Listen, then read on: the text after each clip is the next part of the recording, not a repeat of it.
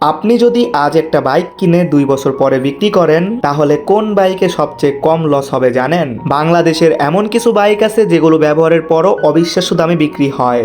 আজ দেখাবো সেই 10টি বাইক, আর 1 নম্বর বাইকটি জানলে হয়তো আপনার পরের বাইক কেনার সিদ্ধান্ত বদলে যাবে। তাই ভিডিওটি শেষ পর্যন্ত দেখুন। আসসালামু আলাইকুম এভরিওয়ান, কি অবস্থা সবার? আজকের ভিডিওতে আমরা জানবো বাংলাদেশ সবচেয়ে ভালো রিসেল ভ্যালু রয়েছে এমন 10টি বাইকের নাম, অর্থাৎ যেসব বাইক কিনলে কয়েক বছর ব্যবহার করার পরও তুলনামূলক ভালো দামে বিক্রি করা যায়। চলুন শুরু করা যাক। 10 নম্বরে রয়েছে টিভিএস রাইডার 125।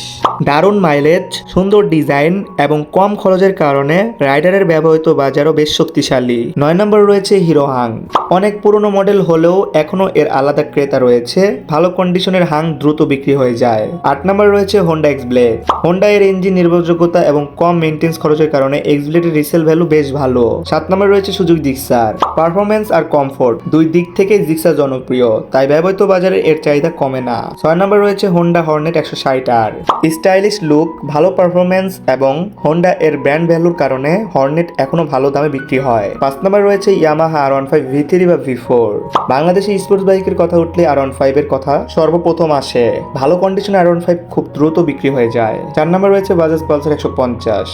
বছরের পর বছর ধরে বাংলাদেশের সবচেয়ে জনপ্রিয় বাইকগুলোর মধ্যে একটি। যন্ত্রাংশ সহজে পাওয়া যায় এবং রক্ষণাবেক্ষণ খরচ কম হয়, এর রিসেল ভ্যালু শক্তিশালী। 3 নম্বরে রয়েছে ইয়ামাহা FZ V2 বা V3। আরামদায়ক রাইডিং, ভালো মাইলেজ, ইয়ামাহার ব্র্যান্ড ভ্যালুর কারণে FZ এর সবসময় ব্যবহৃত, বাজারে হাই ডিমান্ড থাকে। 2 নম্বরে রয়েছে TVS Apache RTS 160 4B। Performance, design এবং তরুণদের জনপ্রিয়তার কারণে অ্যাপাচি এর রিসেল ভ্যালু বর্তমানে সবচেয়ে বেশি। আর 1 নম্বরে রয়েছে ইয়ামাহা FZ সিরিজ। যদি বাংলাদেশের সামগ্রী ও ব্যবহৃত বাইকের বাজার বিবেচনা করা হয় তাহলে ইয়ামাহা FZ সিরিজ সবচেয়ে দ্রুত বিক্রি হয়, সবচেয়ে ভালো রিসেল ভ্যালু পাওয়া যায় এই বাইকগুলোর মধ্যে একটি। ভালো condition, service history, original parts থাকলে FZ তুলনামূলক কম লসে বিক্রি করা হয়। আপনার মতে এই তালিকায় আর কোন বাইকের নাম থাকা উচিত ছিল অবশ্যই কমেন্টে লিখে জানাবেন। আর এমন আরো ভিডিও পেতে আমাদের চ্যানেলটি সাবস্ক্রাইব করে পাশে বেল আইকনটি অল করে দিবেন। আল্লাহ হাফেজ।